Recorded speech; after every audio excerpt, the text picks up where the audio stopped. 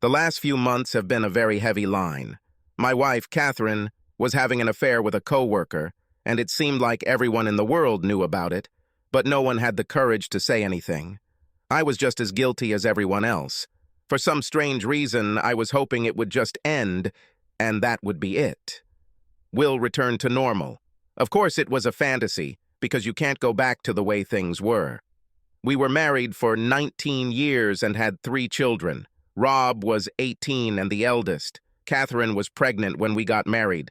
A year later, we had Donna, and the next year, Darcy came along and I had a vasectomy. They were good guys, and until recently, we didn't have any problems with them. Needless to say, the problem with the children was caused by their mother's sloppy activities.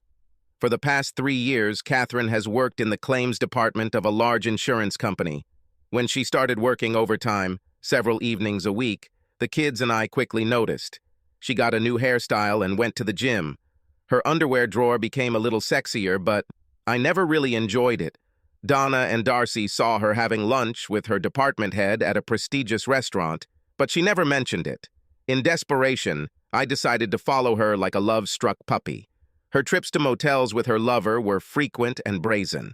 Although I did not see the need for this, I still also documented the times and dates of several of their meetings. As the affair dragged on, the family began to fall apart. All this happened without any conversation. The children were angry with their mother for deceiving her. The children were angry at me because I did not confront their mother and tried to control myself. I was too stupid to understand that waiting was hopeless. No, the family only gathered for dinner. Even then, it was harder bad test. There was practically no talking, and when each of the children finished eating, they quietly disappeared, usually leaving the house before bed. John, I'm not going to tolerate this attitude from children for long. If you don't do something to fix it, I will. I will take care of it. You've been saying this for a month now. I don't know what came over them. Why did they suddenly start acting like little children? Oh, that's no problem. The problem was how everything settled. I think we're done now. It will work out. Are you going to let me in on this, or is this some kind of big deal? My secret? No secret. Tomorrow, I'm moving in with my parents. Catherine was not happy about this news. She stopped clearing the table and sat back down with a strong, decisive slap. Oh, what that mouth? Are you talking, John? You can't commute from Freckville, and I can't take care of this place and the kids on my own. How can this solve anything? On the very part, Catherine, you don't come. I don't want to worry about the children. They will come with me. I didn't expect to see frowning eyebrows and a stiff lower lip, but in fact, this could have been expected. With her elbows on the table, my loving wife leaned forward and looked into my eyes. There is no way in the world you will leave this house with my children. What makes you think you can do it? Can you get away with such stupidity? We decided so. Catherine sighed irritably, stood up, and began clearing the table again. She muttered something under her breath, but I couldn't make out anything. Throwing the last of the china into the sink, she turned around. Why? Why is this happening? I think the reason is that they are tired of being embarrassed. Oh, what that mouth? Are you talking? This mainly concerns your affair with Brian Masterson. You flaunt your infidelity to such an extent that the whole family knows about it. You showed no respect to your children or to me. What? Are you going to deny it? Are you telling me you don't spend several days a week having sex in different motels? Are you saying that I don't understand this? I decided I didn't want to continue this conversation anymore. There were a lot of things I could have thrown at her, but I didn't have the courage. I pushed back my chair and left the room. Catherine stood at the sink with her hand on her hip. I noticed a defiant expression on her face, as if she was pleased that I mentioned her infidelity. I got the feeling that she was everything this time. She teased me to have a reason to stop carrying around feelings of guilt. There was a lecture expected, which I had no intention of hearing this evening. I didn't have the slightest desire to hear that I forced her to seek solace elsewhere because I was a mediocre husband and a bad lover. Of course, I could tell her that. This doesn't give her the right to cheat on me. But in the end, I'm everything. I'll be there anyway. Guilty. I knew Catherine, and I knew that she planned everything in advance about what I was going to say. My best game was to not play at all. What about your job? I'm leaving. I heard her shout out my name as I walked out the door. I had no idea where the children were. All of their clothing and personal belongings were loaded into Rob's Subaru Outback. The van had traveled over 100,000 miles, but I figured it wasn't me of resources left for 100,000. All my clothes and personal papers were in the back seat of the Jeep. Returning home, Catherine did not notice any of this. We all agreed that whatever we couldn't carry on the first trip, we could come back later. I was sure that Catherine was inspecting the house when I left. There was no turning back at this point. I decided I should call Donna. Donna always controlled herself. Rob was the oldest and the man, but he had no problem letting Donna call the shots. "Donna, this is Dad. Are you still at home?" "No, I'm on my way to the motel now.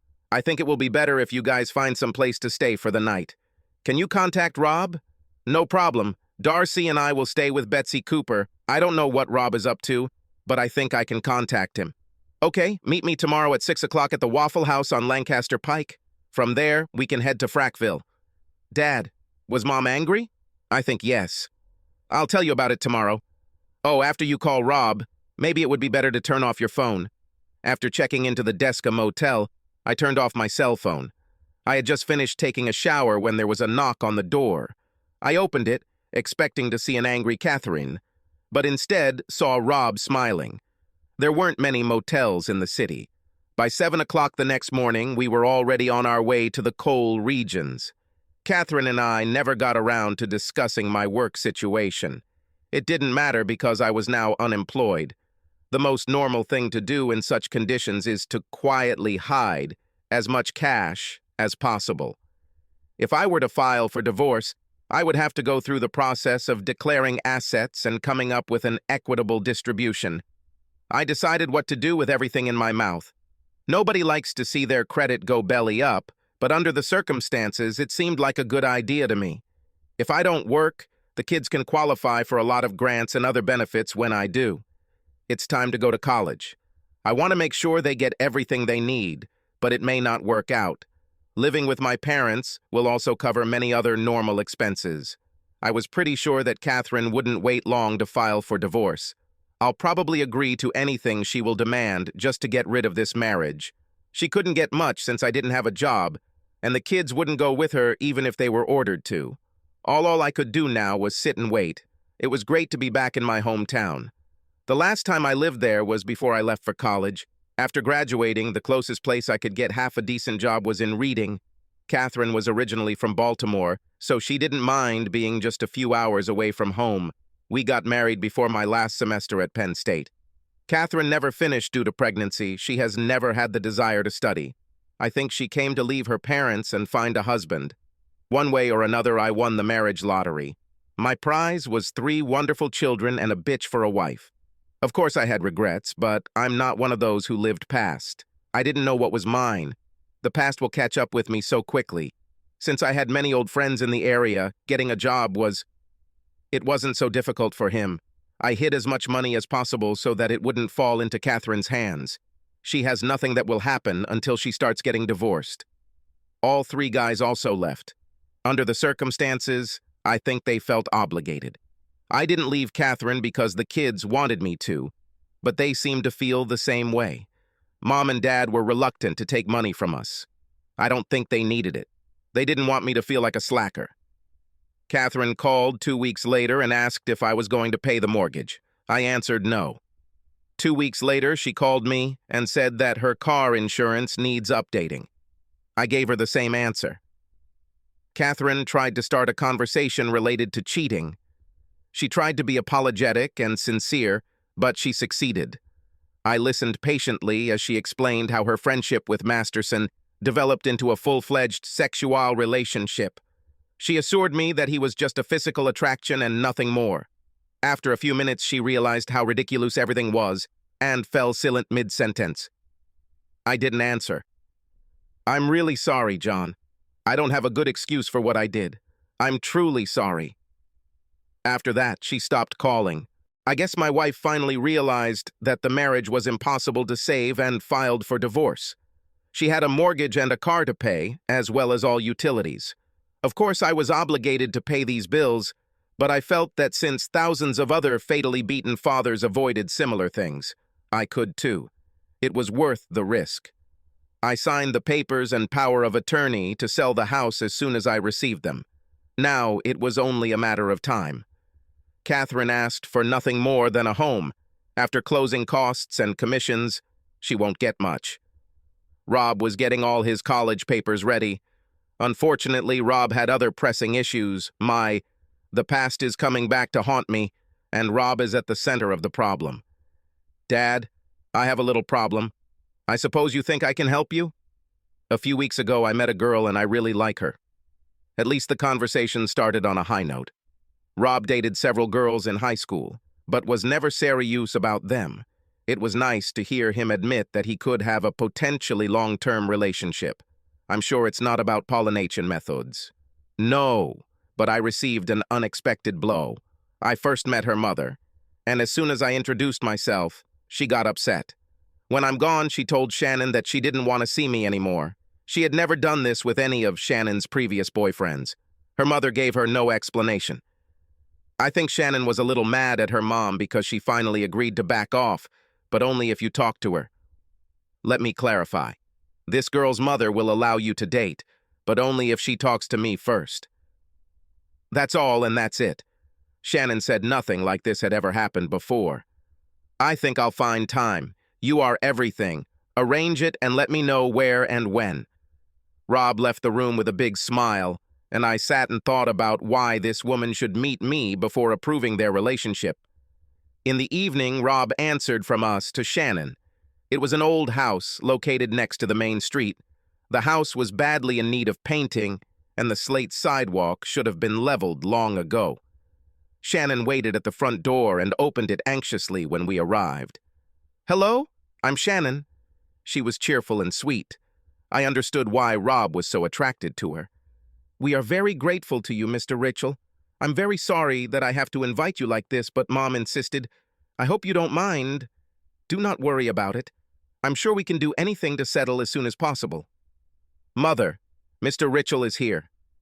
My heart sank when my old high school college sweetheart, Abigail Connor, walked into the room. "Hello, John." "Hello, Abby." The words came out of my lips automatically. There was an awkward silence in the room, which Rob quickly broke. "Do you guys know each other?" She didn't take her eyes off me. "Your father and I went to school together." Shannon seemed happy about the new situation. "Well, that should make things easier, right? I have a fresh pot of coffee ready. I think we'll be more comfortable in the kitchen." I obediently followed her to the back of the house. When I sat down, she turned to the children. "You two better wait in the living room for a while. Turn on the TV and don't be a fool. I'll call you in a few minutes." Abby went to get coffee, and I began to reminisce. We were in the fall semester of our senior year at the University of Pennsylvania. Abby and I had a fight because I didn't want to go home for Thanksgiving. She left without me.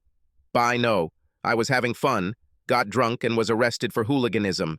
My parents were unhappy, and Abby refused to talk to me when she returned.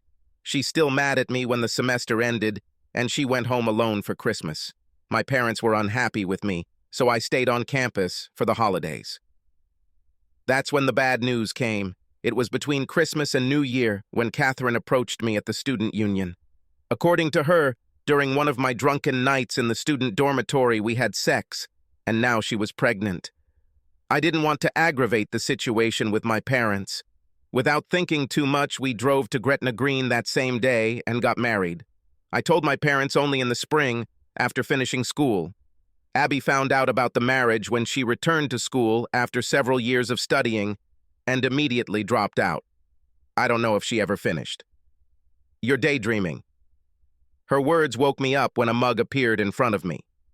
She was 20 years older than when I saw her for the last time, and that's why it was more beautiful. My brain was racing feverishly, making comparisons. "I'm really sorry.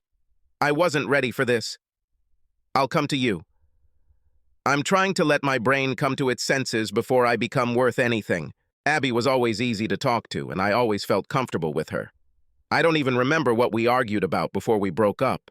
It was at that moment that I realized that I didn't even know her surnames. Rob never mentioned Shannon's last name. It's time to melt the lead. I tried to be calm and at the same time open. Is Mr. Abbey here? Or we'll only discuss this twice. She didn't smile at my pathetic attempt at humor. That's why I invited you. I'm not looking for anything, but I hope we can avoid problems. What do you mean, you're not looking for anything? John, I've never been married. I tried dating several guys, but nothing worked out. Most of them were not interested in an unmarried mother and were simply looking for good sex without any conditions. I'm done more. I don't understand. That's it, John. You are Shannon's father. Well, I said it. I was hoping I could tell you in a more sophisticated way this way, but sometimes everything. It's not go the way we plan. Of course, I had no idea. Can I have some more? Coffee? And that's all? And that's all? What can you say?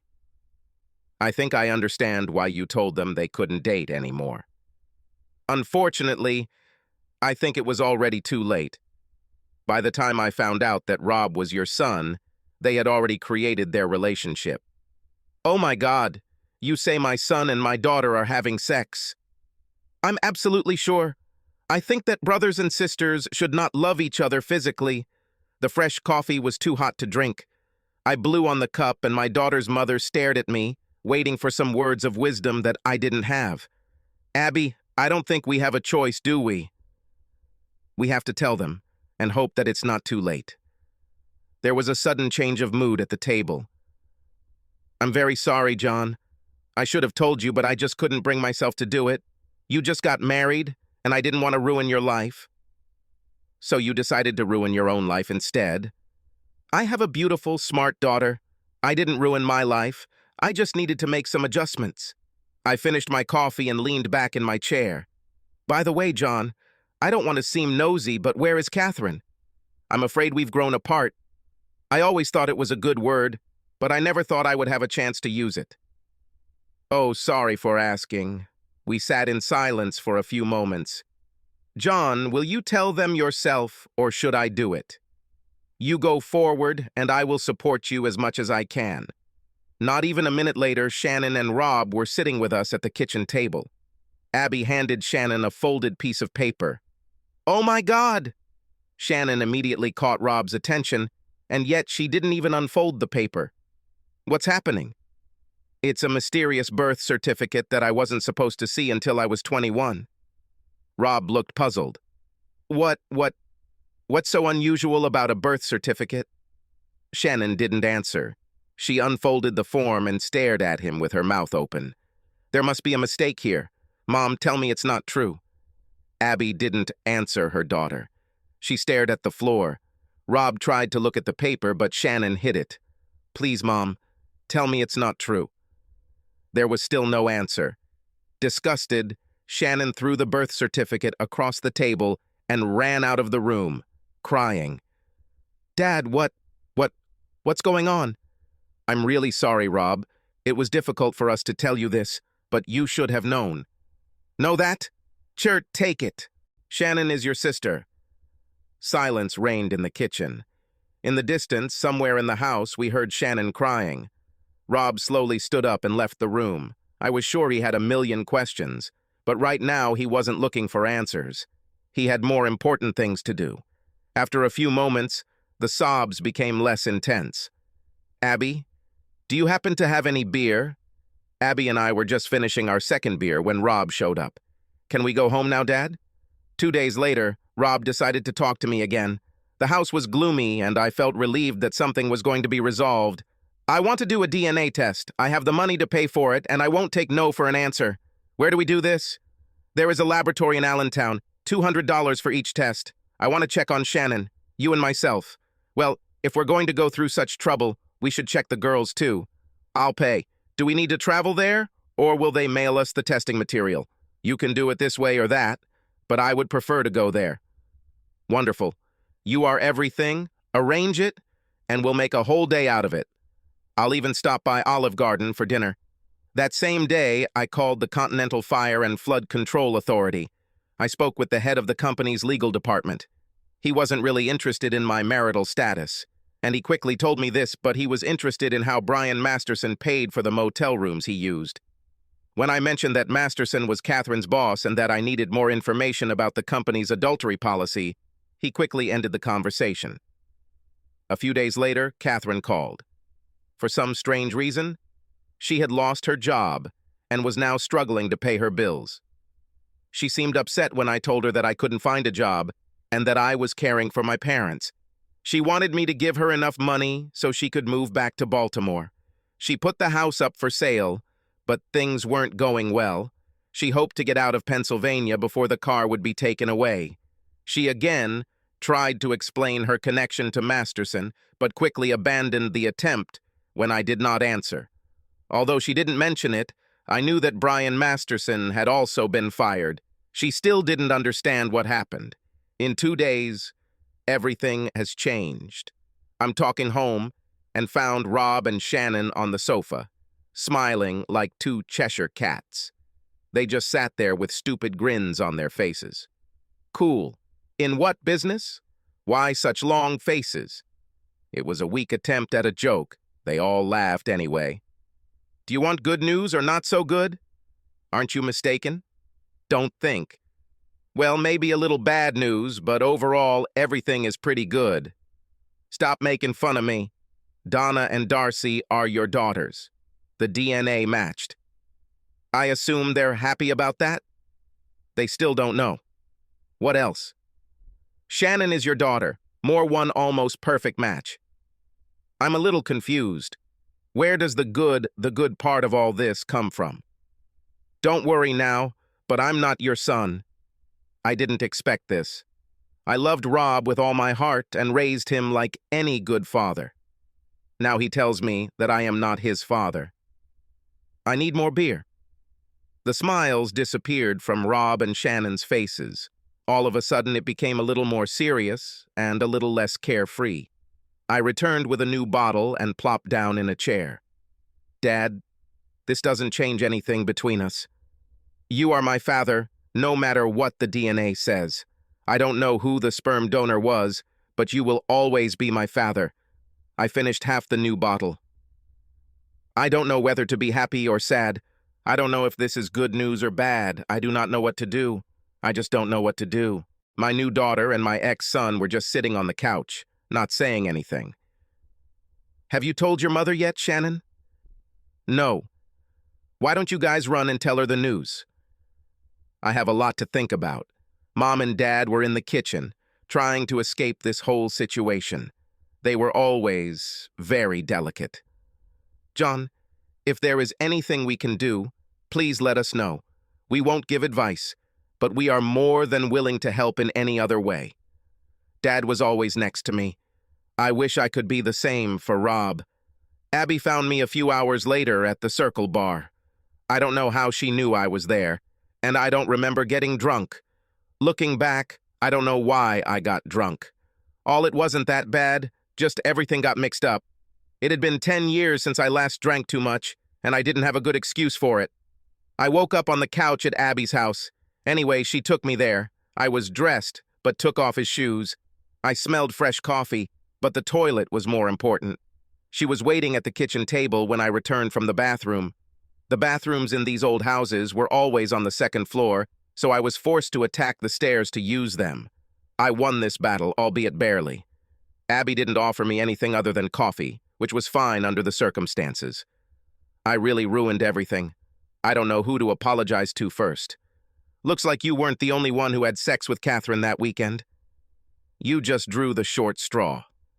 That mouth, I don't even remember having sex with her. It was, with her words, I had no alibi or way to prove that I didn't sleep with her. I chose the best, the easy way, like a moron. Chert, I must be the biggest idiot in the world. There was no answer from the other end of the table. Finally, she spoke. Hey, don't look at me. I completely agree with your self-assessment.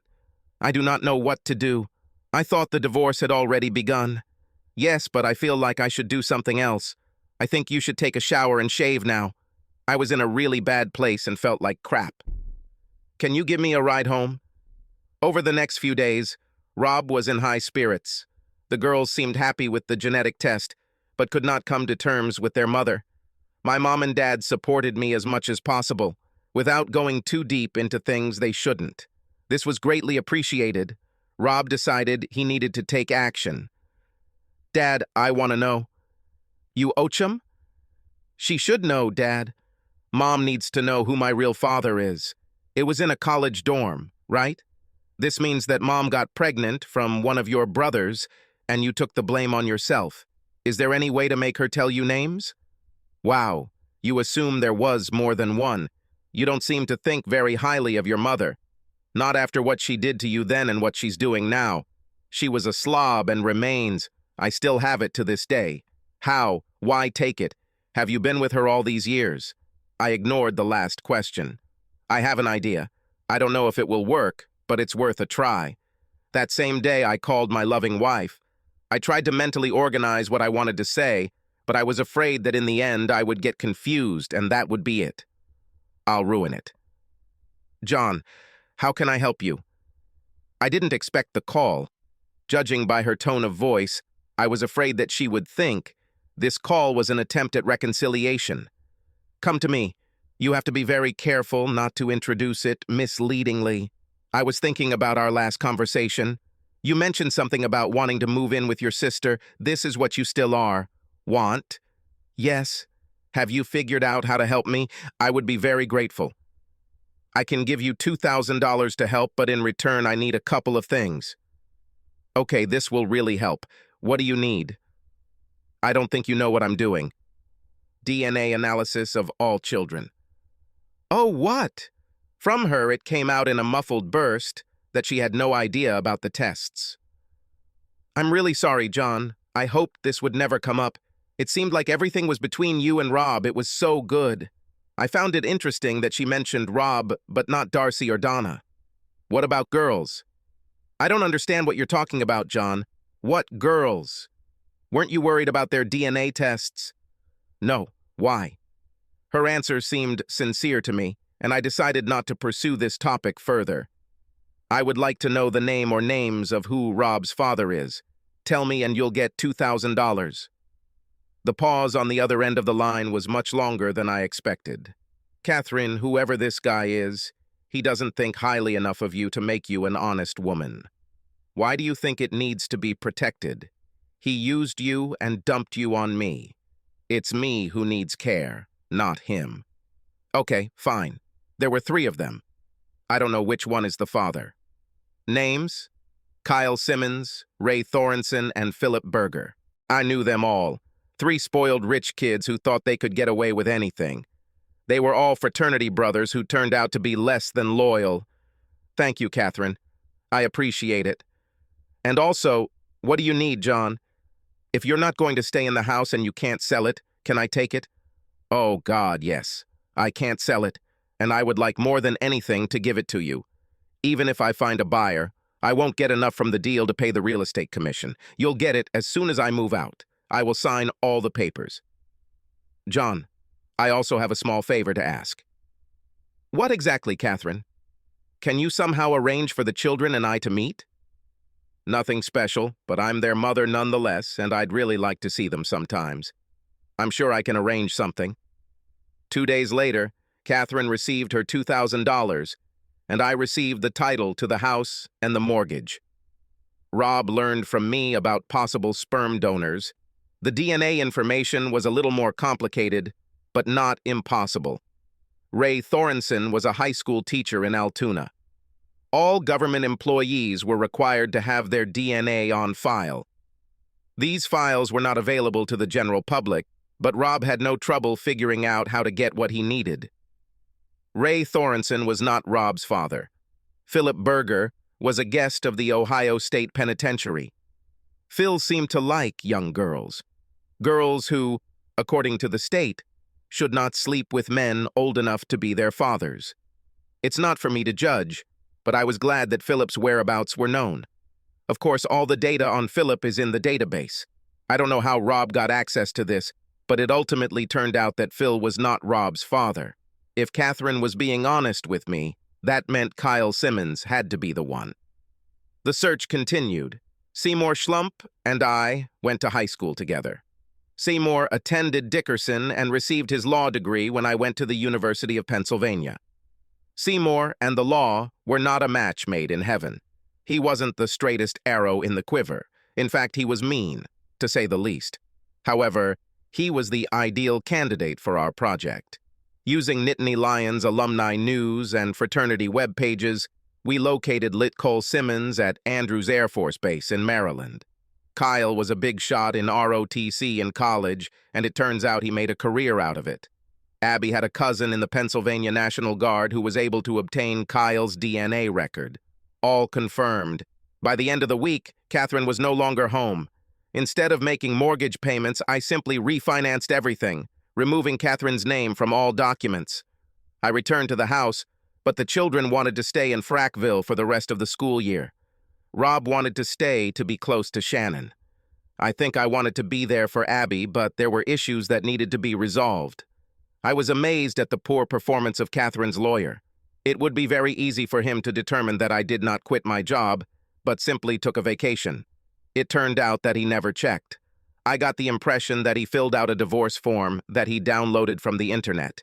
There was still time before the final decision, a few months, but I didn't expect any problems. The worst thing about me going back to work is that Rob will lose his grants.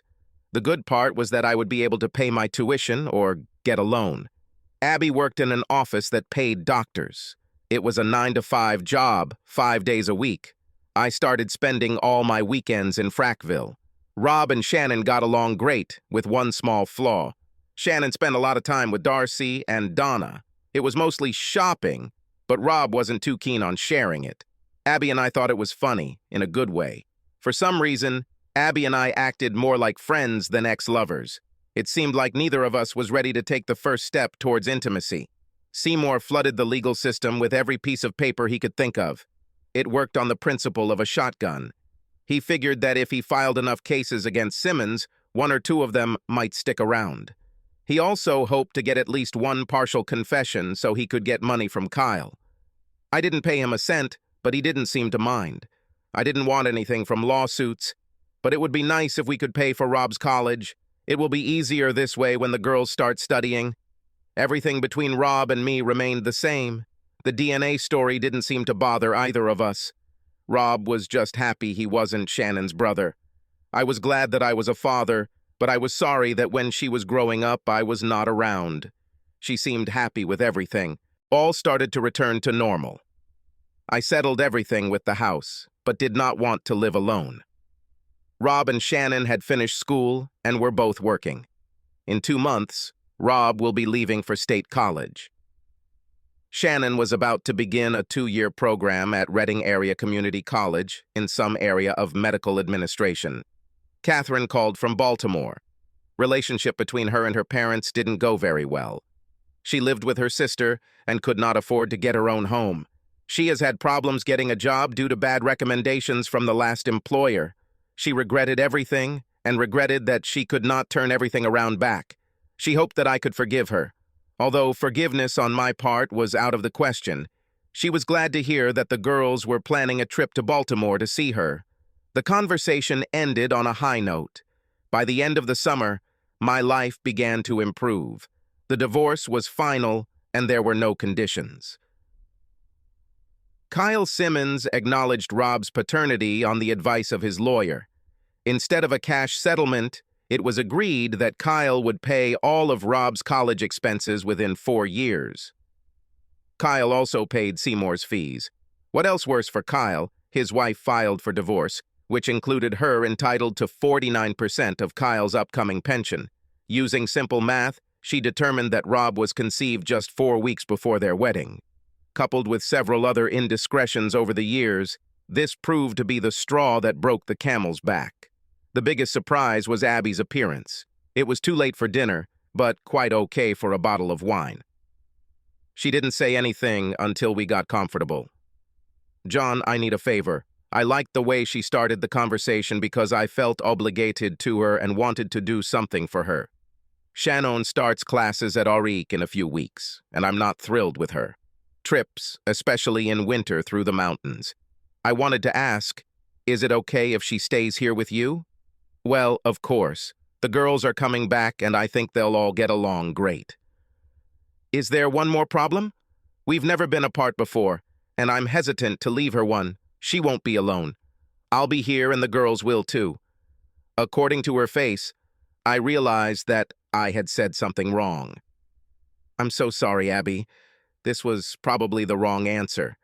I see that you were expecting something different. Please explain. I swear, John Richel, you are the dumbest person I know. I won't let you off the hook again. I'll sit here until you figure it out, so give me more guilt. Well, it took me a full 5 seconds to realize what was going on. Before I finished pouring her wine, I was grinning from ear to ear. Well, that's it. It turned out as it should. Rob is doing well at the University of Pennsylvania and returns home every chance he gets. Shannon has excellent grades in RACC and will graduate 6 months early. Donna was accepted to James Madison University in Virginia with a good scholarship. Darcy is still undecided on college. Abby, Mrs. Richel, has a nice little medical practice covering 3 counties. She hopes Shannon will be willing to step in for her. When will the Rebbe be born? Knock, as the famous English writer says, life goes on. The husband knows about his wife's infidelity, but for a long time he turns a blind eye to it. He gives up, files for divorce, takes his 3 children, and leaves to live with his parents. His wife tries to resist, but eventually retreats. His son meets a girl, but after learning his last name, her mother forbids them to meet until she talks to his father. In the conversation, he learns that he is the girl's father. His son decides to do a DNA test. His father decides to test all 4 children. Everyone turns out to be his except the son. They find his real father, he pays for his tuition. His ex-wife sells him their house, and they all move there, along with his son's girlfriend and her mother. 5-5. Subscribe to our channel so that your second chaff doesn't cheat on you, and go ahead and listen to the next story, because this story is nothing compared to the next one. If you're under 18, don't even think about listening to the next one.